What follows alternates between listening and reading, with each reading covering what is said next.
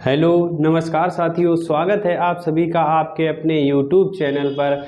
आप सभी के लिए एक बेहतरीन सेशन हम रोज़ लेकर आते हैं। उसी क्रम में आज 5 नवंबर है और इसी प्रकार के प्रश्न जो कि रोज़ लेकर आते हैं उसी तरीके के 5 प्रश्न लेकर आएंगे। उन 5 प्रश्नों के अंदर 5-5, 6-6 या 10-10 क्वेश्चन हैं, तो आपके लिए बहुत ही महत्वपूर्ण क्लास होगी। क्लास को अंत तक ज़रूर देखें क्योंकि बहुत ही महत्वपूर्ण क्लास है। सभी प्रतियोगी परीक्षाओं के लिए आपके लिए बहुत महत्वपूर्ण साबित होंगे। देखिए शुरू करते हैं। पहला प्रश्न है, अरुणा साईंराम सेवेलियर पुरस्कार से सम्मानित। अरुणा साईंराम को सेवेलियर पुरस्कार मिला है।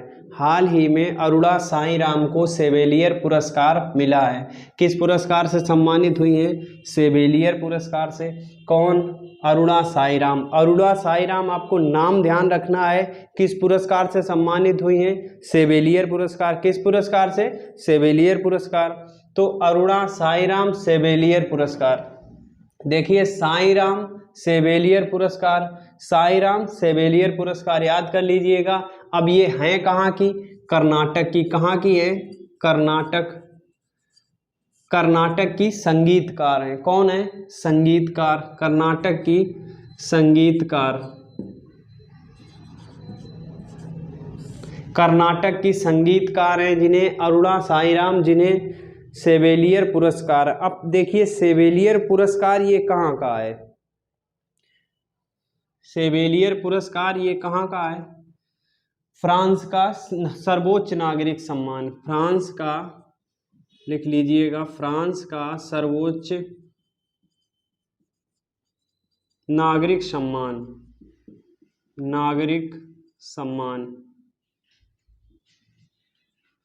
फ्रांस का सर्वोच्च नागरिक सम्मान है जिससे भारत की अरुणा साईंराम, जो कि कर्नाटक के हैं क्या? संगीतकार हैं। देखिए किससे संबंधित है? संगीतकार हैं, गायक भी हैं। संगीतकार हैं, गायक भी हैं, और क्या है? मानवताचारी। क्या है? मानवताचारी। और ये एक अच्छी वक्ता भी हैं। क्या है? वक्ता। वक्ता एवं मानवताचारी। मानवताचारी। कर्नाटक की संगीतकार, गायक, वक्ता एवं मानवताचारी हैं। ये एक अच्छी वक्ता एवं गायक हैं। फ्रांस का सर्वोच्च नागरिक सम्मान। अब देखिए फ्रांस का सर्वोच्च नागरिक सम्मान क्यों दिया गया? क्यों दिया गया? तो भारत का जो फ्रांस से संबंध है, भारत का फ्रांस से जो संबंध है उसमें इनका योगदान रहा है। भारत फ्रांस, देखिए भारत और फ्रांस, भारत फ्रांस के संबंध में, भारत और फ्रांस का जो संबंध है इसमें संबंध में महत्वपूर्ण योगदान, इनका महत्वपूर्ण योगदान रहा है, इसलिए इनको यह सम्मान दिया गया। फ्रांस का सर्वोच्च नागरिक सम्मान किसे दिया गया? अरुणा साईंराम सेवेलियर पुरस्कार कहते हैं उसको। फ्रांस का जो सर्वोच्च नागरिक सम्मान है, भारत फ्रांस के संबंध में महत्वपूर्ण इनका योगदान रहा है। कौन? संगीतकार, गायक और वक्ता एवं मानवताचारी। वक्ता और मानवताचारी। अब देखिए इन्हें भारत के अन्य और भी सम्मान मिले हैं। भारत के जैसे पद्मश्री, संगीत अकेडमी, पद्मश्री और संगीत अकेडमी का संगीत कलानिधि पुरस्कार। देखिए पुरस्कार इन्हें और भी मिल चुके हैं। पुरस्कार पद्मश्री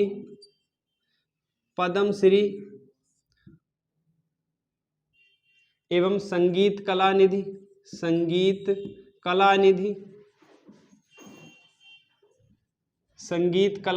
पद्म पुरस्कार और संगीत कलानिधि जैसे पुरस्कार एवं अन्य पुरस्कार भी इनको मिले हैं। कई पुरस्कार इनको दिए जा चुके हैं। देखिए जैसे राज्यों का पुरस्कार, राज्यों के पुरस्कार भी मिले हैं। जैसे मध्य प्रदेश का कालिदास पुरस्कार इनको दिया गया था। मध्य प्रदेश का कालिदास पुरस्कार। ये देखिए सबसे महत्वपूर्ण ये पद्मश्री संगीत कलानिधि पुरस्कार हैं।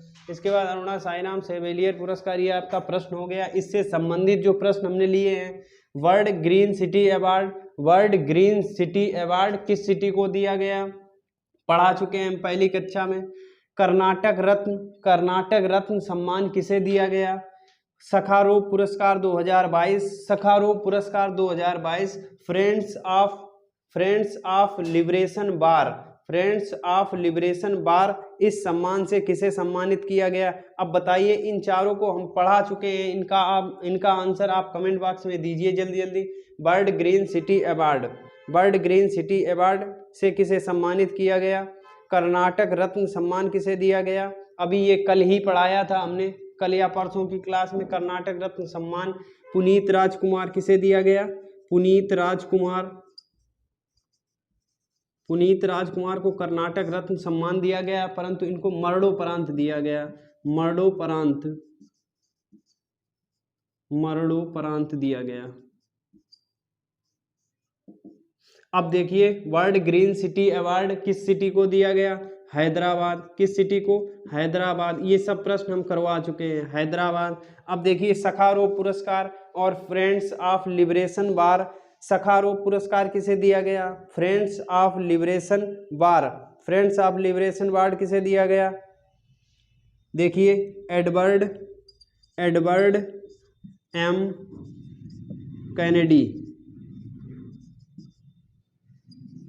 एम कैनेडी को दिया गया। अब सखारोव पुरस्कार ये भी पढ़ा चुके हैं, किसे दिया गया? Ukraine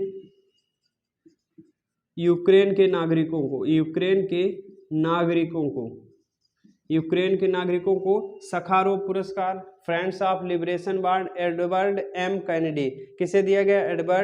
Edward M Kennedy. देखिए दूसरा प्रश्न, फिक्की के नए अध्यक्ष चुने गए। फिक्की के नए अध्यक्ष हाल ही में चुने गए। अब किसे चुना गया फिक्की का अध्यक्ष? देखिए, फिक्की क्या है? FICCI। क्या है?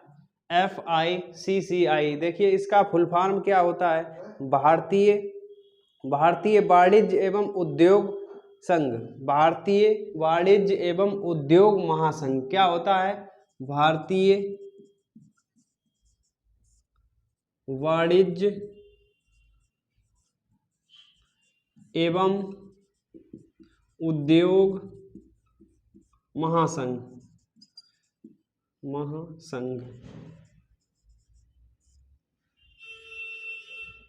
देखिए, फिक्की मतलब भारतीय वाणिज्य उद्योग महासंघ। भारतीय वाणिज्य उद्योग महासंघ फिक्की, इसके नए अध्यक्ष बनाए गए।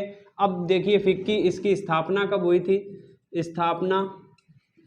तो फिक्की की स्थापना कब हुई थी? 1927। कब हुई थी? 1927 में फिक्की की स्थापना हुई। इसका हेडक्वार्टर कहाँ है? हेडक्वार्टर कहाँ पर है? नई दिल्ली में। कहाँ पर है? नई दिल्ली में। अब देखिए, फिक्की के जो अध्यक्ष बनाए गए उनका नाम क्या है? शुभ्रकांत पांडा। शुभ्रकांत पांडा। क्या नाम है? शुभ्रकांत पांडा को फिक्की का नया अध्यक्ष घोषित कर दिया गया है। फिक्की का नया अध्यक्ष शुभ्रकांत पांडा को घोषित कर दिया गया है। देखिए, ये पहले क्या रह चुके हैं? ये जो है शुभ्रकांत पांडा अब जगह किसकी लेंगे? और ये पहले क्या थे? तो शुभ्रकांत पांडा के बारे में देखिए, फिक्की FICCI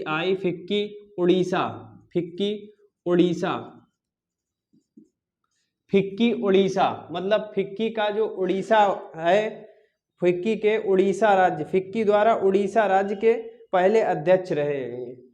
फिक्की के उड़ीसा राज्य में अध्यक्ष रहे। उड़ीसा राज्य के, या में लिख लीजिए अध्यक्ष।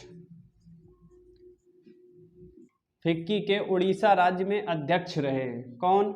शुभ्रकांत पांडा। अब शुभ्रकांत पांडा बनाए गए किसकी जगह पर? वर्तमान में कौन? संजीव मेहता। और ये अभी क्या है?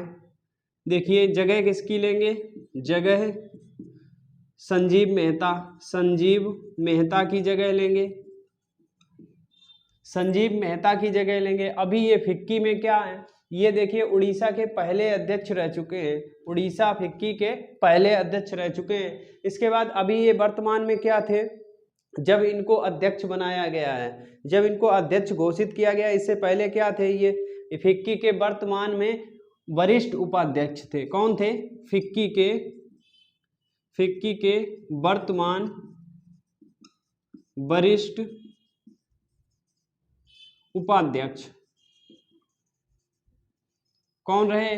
फिक्की के वर्तमान वरिष्ठ उपाध्यक्ष थे ये। और इसके बाद संजीव मेहता वर्तमान में फिक्की के अध्यक्ष हैं और शुभ्रकांत पांडा को घोषित किया गया है। कौन बनाए जाएंगे? शुभ्रकांत पांडा। आपको नाम ध्यान रखना है, फिक्की के नए अध्यक्ष शुभ्रकांत पांडा। किसकी जगह? संजीव मेहता की जगह। किसकी जगह लेंगे? संजीव मेहता की। अब देखिए कुछ अन्य प्रमुख, सीआरपीएफ के हेड, आईटीबीपी के head, BSF, IPL Punjab team के नए कप्तान कौन बनाए गए? कांग्रेस के नए अध्यक्ष। कांग्रेस के नए अध्यक्ष कौन बने हैं? अब देखिए सीआरपीएफ के हेड कौन है? सीआरपीएफ के हेड एसएल, कल पढ़ाया था, एसएल थाउसेन, एसएल थाउसेन किसके हैं? सीआरपीएफ के हेड कौन है? एसएल थाउसेन। अब देखिए आईटीबीपी के कौन है? कल बताया था अनीस दयाल सिंह। कौन है? अनीस दयाल सिंह आईटीबीपी के हेड हैं। बीएसएफ के हेड कौन है? पंकज कुमार सिंह। बीएसएफ के हेड कौन है? पंकज कुमार सिंह बीएसएफ के हेड, पंकज कुमार सिंह बीएसएफ के हेड। इसके बाद आईपीएल पंजाब टीम के नए कप्तान किसे घोषित किया गया? आईपीएल पंजाब टीम के नए कप्तान हाल ही में घोषित किया गया। किसे घोषित किया गया? तो शिखर धवन को। किसे घोषित किया गया? शिखर धवन को घोषित किया गया। अब ये किसकी जगह लेंगे? मयंक अग्रवाल की। किसकी जगह लेंगे? मयंक अग्रवाल। कांग्रेस के नए अध्यक्ष मल्लिकार्जुन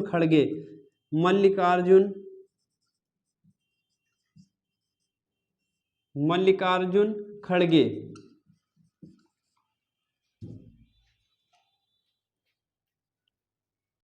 देखिए तीसरा प्रश्न आपके लिए, देश का पहला महिला मोहल्ला क्लिनिक, देश का प्रथम है ये, और कहाँ पर खुला है?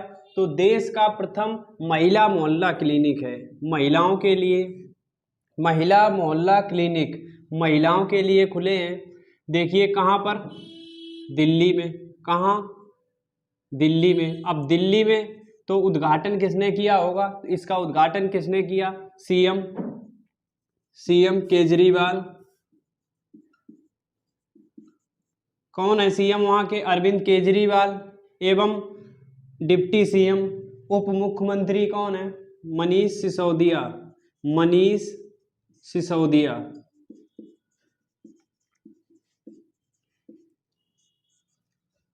डिप्टी सीएम, वहाँ के डिप्टी सीएम मनीष सिसोदिया एवं अरविंद केजरीवाल सीएम, उन्होंने उद्घाटन किया है किसका? महिला मोहल्ला क्लिनिक। अब ये फर्स्ट फेज में 100 महिला मोहल्ला क्लिनिक खुलेंगे। कितने?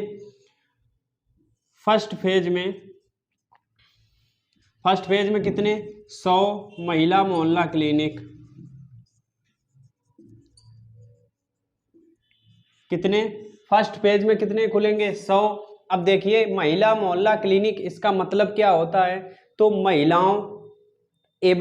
महिलाओं के लिए है, एवं 12 साल से जो छोटे बच्चे हैं, 12 साल से कम उम्र के बच्चों के लिए खुला है। महिलाओं एवं 12 साल से कम उम्र के बच्चों के लिए। देखिए गर्भवती महिलाओं के यहाँ पर सारी सुविधाएं मिलेंगी, चेकअप प्लस अल्ट्रासाउंड एवं अन्य चेकअप भी यहाँ पर होंगे। किसके लिए? महिलाओं एवं 12 वर्ष से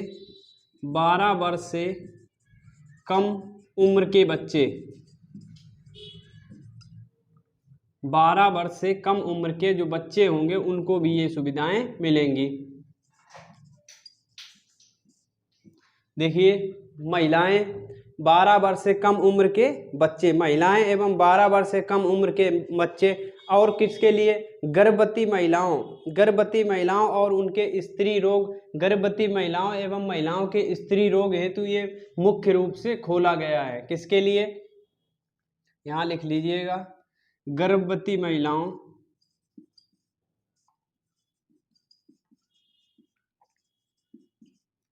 एवं स्त्री रोग, इसके लिए मेन मुख्य रूप से खोला गया है गर्भवती महिलाओं के लिए, क्योंकि वो दूर जाकर दवा नहीं ले जा सकती हैं, और स्त्री रोग के लिए, और स्त्री लोग जो महिलाओं के स्त्री रोग उनके लिए इसमें डॉक्टर एवं नर्स जो होंगे वो महिलाएं होंगी। डॉक्टर एवं नर्स जो वहाँ पर उपलब्ध होगा स्टाफ महिलाओं का होगा। तो गर्भवती महिलाओं की दवाएं पूरी फ्री होंगी एवं चेकअप भी होंगे। महिलाओं के लिए, गर्भवती महिलाओं के लिए दवाएं मिलेंगी, सभी दवाएं उपलब्ध होंगी एवं चेकअप भी होंगे। 12 वर्ष से कम उम्र के बच्चे भी यहाँ पर दवा ले सकते हैं। और देखिए इससे संबंधित कुछ अन्य प्रश्न। इंडिया कैंप 2022, इंडिया कैंप 2022 का भी उद्घाटन हुआ। दिल्ली से संबंधित ये भी प्रश्न है, करंट अफेयर्स का ही प्रश्न है। इंडिया कैंप 2022 कहाँ पर? दिल्ली में। कहाँ पर? दिल्ली में। इसका भी उद्घाटन कहाँ किया गया है? दिल्ली में। अब देखिए दिल्ली में किया गया, अगर दिल्ली में पूछा जाए कहाँ पर किया गया, दिल्ली के अंदर कहाँ पर किया गया? प्रगति मैदान। कहाँ पर?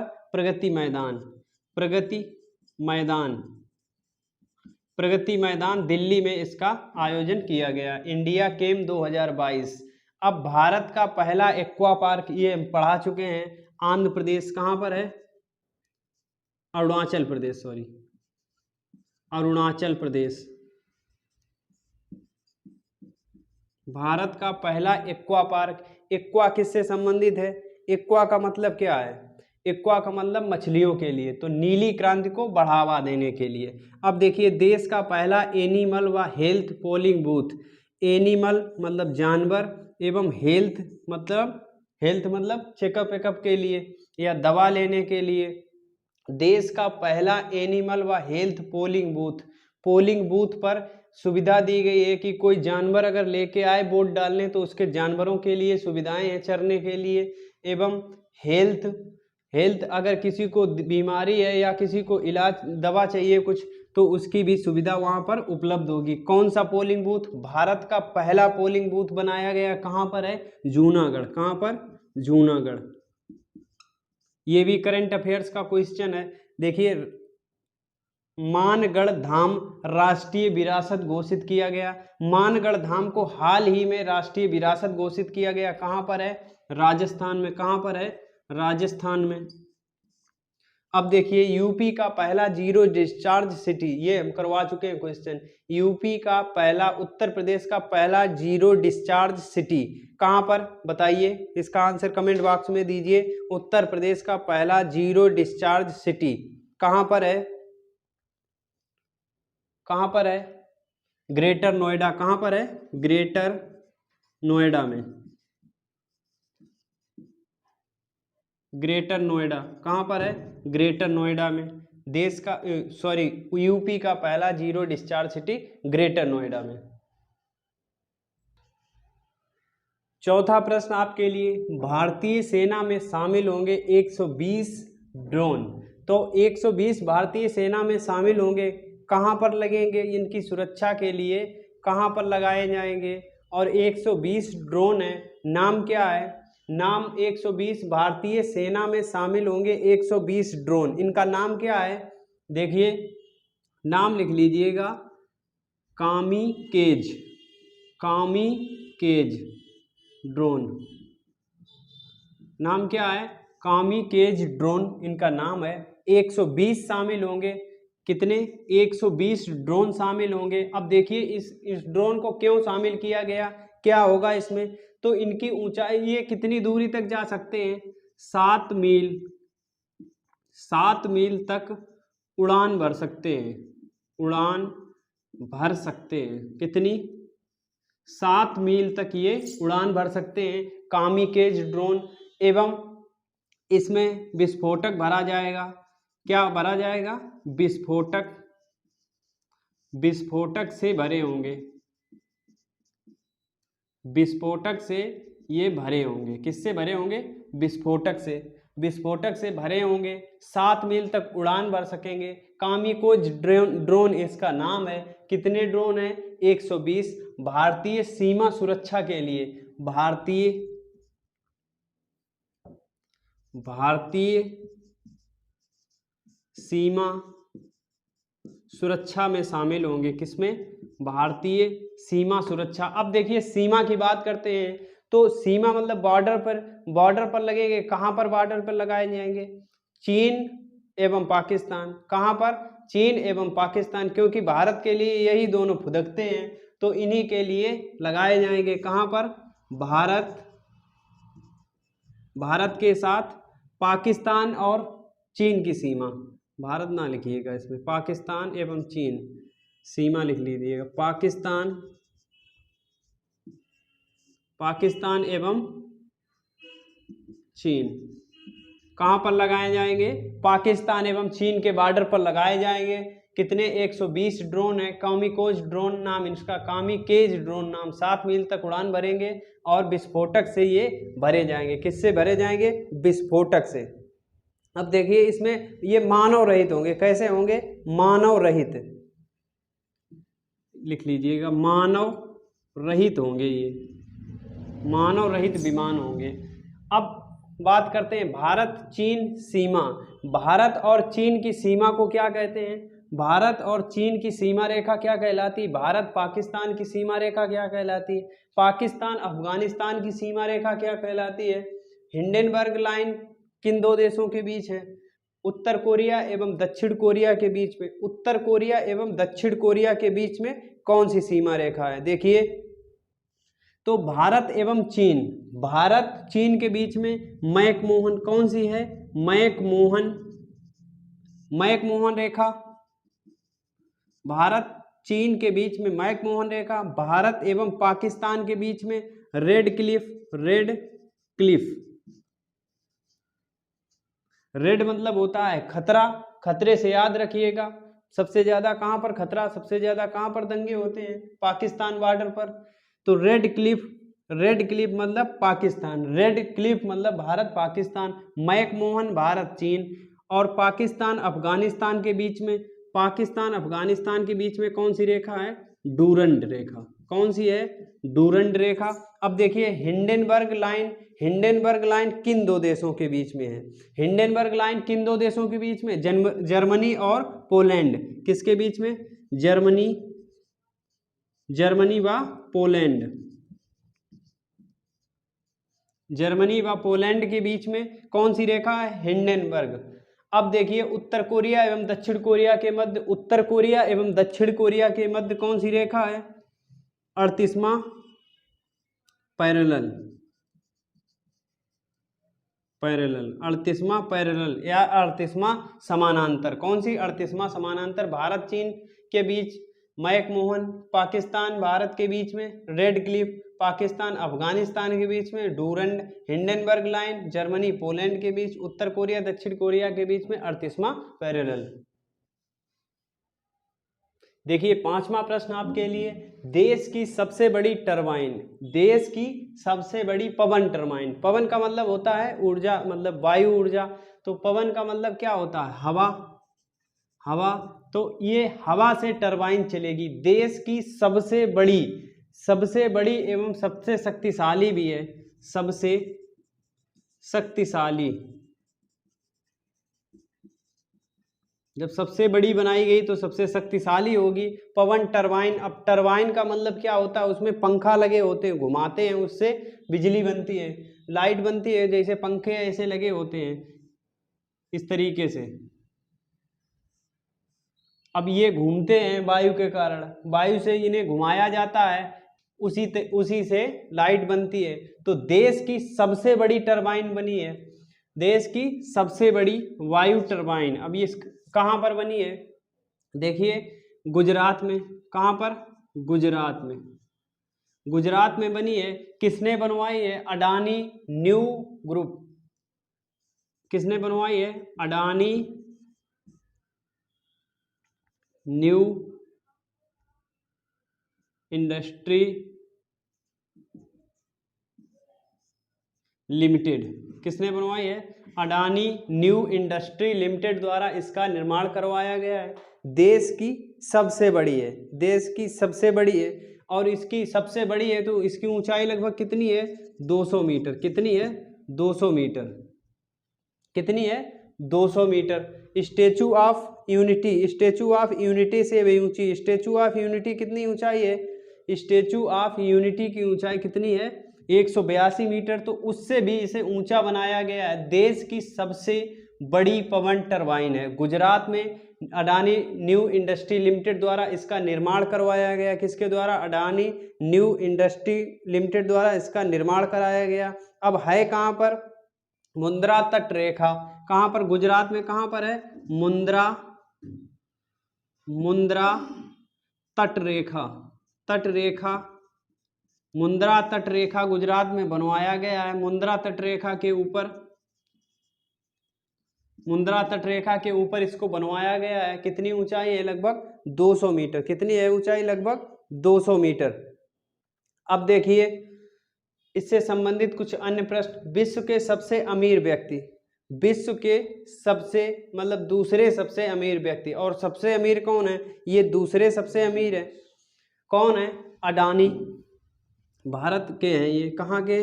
भारत के अडानी। अडानी जो है विश्व के दूसरे सबसे अमीर हैं। और पहले कौन है? प्रथम व्यक्ति कौन है? प्रथम स्थान पर कौन है? Elon Musk. कौन है? Elon Musk. कौन है? Elon Musk. प्रथम सबसे अमीर व्यक्ति, विश्व के प्रथम सबसे अमीर व्यक्ति कौन है? Elon Musk. इनकी कंपनी कौन सी है? Space x. कौन सी है? Space x. ट्विटर को भी इन्होंने खरीद लिया है। Twitter, space x, Tesla. कौन सी कंपनियां हैं? ट्विटर, टेस्ला और स्पेस एक्स। भारत का पहला सौर ऊर्जा संचालित गांव, भारत का पहला सौर ऊर्जा संचालित गांव कौन सा है? मोटेरा। कौन सा है? मोटेरा। कहाँ पर है? गुजरात में। कहाँ पर है? गुजरात में। मोटेरा, गुजरात। अब देखिए सौभाग्य योजना, लाइट से बिजली की बात आई है तो लाइट से संबंधित है। तो सौभाग्य योजना बिजली से संबंधित, इसकी शुरुआत कब हुई थी? 25 दिसंबर। कब हुई थी? 25 दिसंबर सन 2000। कब हुई थी? 25 दिसंबर सन 2000। कब शुरुआत हुई थी? 25 दिसंबर, सॉरी सितंबर है, दिसंबर की सड़क, 25 सितंबर सन 2000 को सौभाग्य योजना। इसका अर्थ क्या था? सहज बिजली हर घर योजना। सहज बिजली हर घर योजना, सभी घरों तक बिजली पहुंचाने का इसका उद्देश्य था। सभी घरों तक बिजली पहुंचाने का उद्देश्य सौभाग्य योजना का था। 25 सितंबर 2000 को शुरू हुई थी। अब देखिए देश के सबसे उम्रदराज मतदाता, कल ही हमने प्रश्न पढ़ाया था, देश के सबसे उम्रदराज मतदाता कौन थे? श्याम शरण नेगी। कौन? श्याम शरण नेगी, जिन्होंने अपने घर से पहली बार वोट डाला और स्वतंत्र भारत के प्रथम मतदाता थे। और दुख की बात यह है कि आज इनका 2 बजे के लगभग निधन हो गया। आज दोपहर के लगभग इनका निधन हो गया। इनका निधन हो गया। श्याम शरण नेगी जो कि देश के प्रथम, स्वतंत्र भारत के प्रथम मतदाता थे। 106 वर्ष की उम्र में इन्होंने मतदान किया था कल, और आज इनका निधन हो गया। अब देखिए ब्रिटेन के सबसे युवा पीएम, ब्रिटेन के सबसे युवा पीएम कौन बने हैं? ऋषि सुनक। कौन बने हैं? ऋषि सुनक। ऋषि सुनक देश के सबसे युवा पीएम जो कि भारतीय मूल के हैं। अब देखिए ये प्रश्न आपके 5 हुए, 5 के साथ जो कि प्रश्न पीछे के प्रश्न बहुत हैं, ये बहुत ही महत्वपूर्ण हैं। और इसी तरीके की रोज वीडियो आएगी आपके लिए, इसलिए चैनल आपको जरूर सब्सक्राइब करना है। अपने दोस्तों के साथ शेयर करें और वीडियो के नोट्स जरूर बना लें, क्योंकि आने वाली प्रतियोगी परीक्षाओं के लिए ये क्लास बहुत ही महत्वपूर्ण साबित होने वाली है। तो वीडियो को ज़्यादा से ज़्यादा शेयर कर दिया करें, वीडियो को लाइक करें और चैनल को सब्सक्राइब करें। धन्यवाद। जय हिंद।